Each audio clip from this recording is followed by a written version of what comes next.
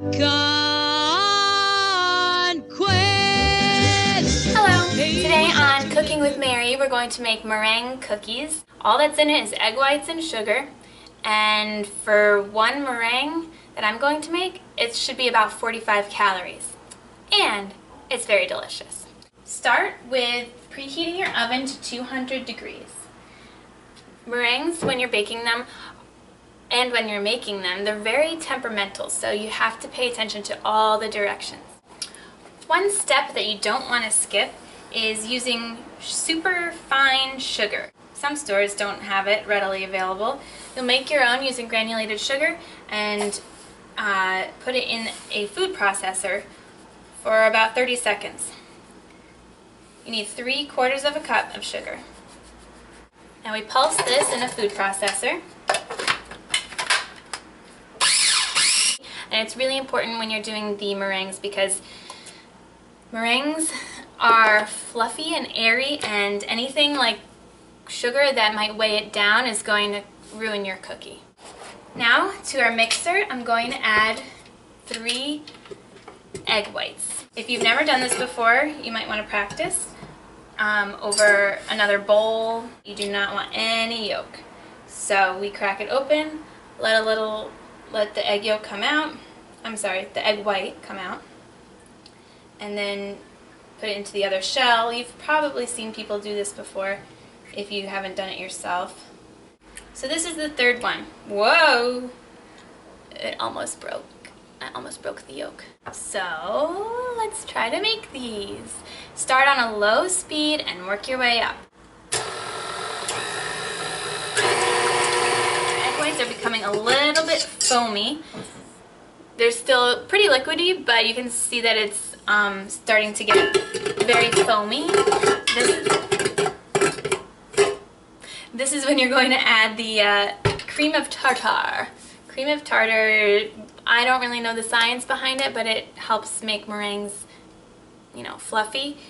1/4 teaspoon, and add it gradually.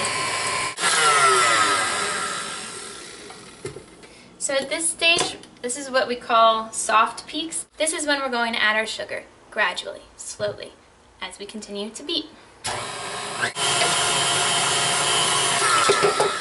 So by the time you finish adding the sugar, we should be at a point where our eggs are becoming more a stiff peak.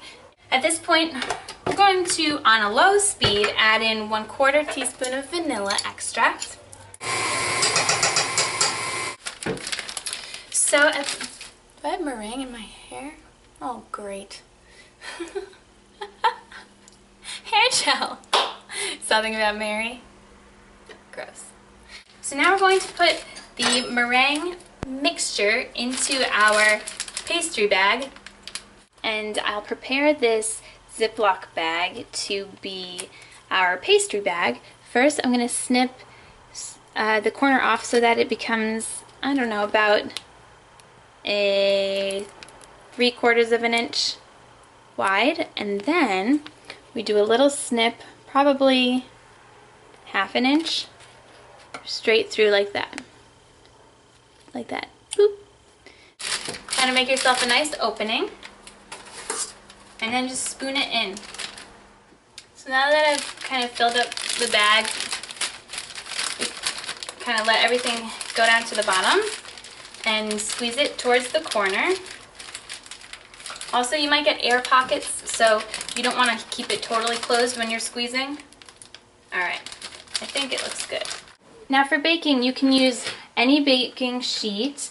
I have these silicone these silicone mats called Silpats. Or you can use parchment paper if you have it. And go ahead and make some shapes. You can make it into like a swirly pile, like that. Or you can do something more ziggy-zaggy. I don't know. It's up to you. Whew! This recipe, using the 3 egg whites, will make about 12 to 16 meringues.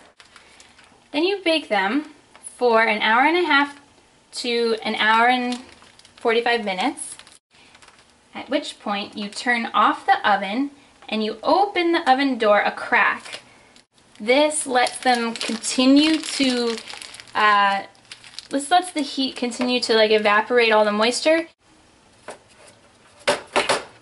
There you go. Woohoo!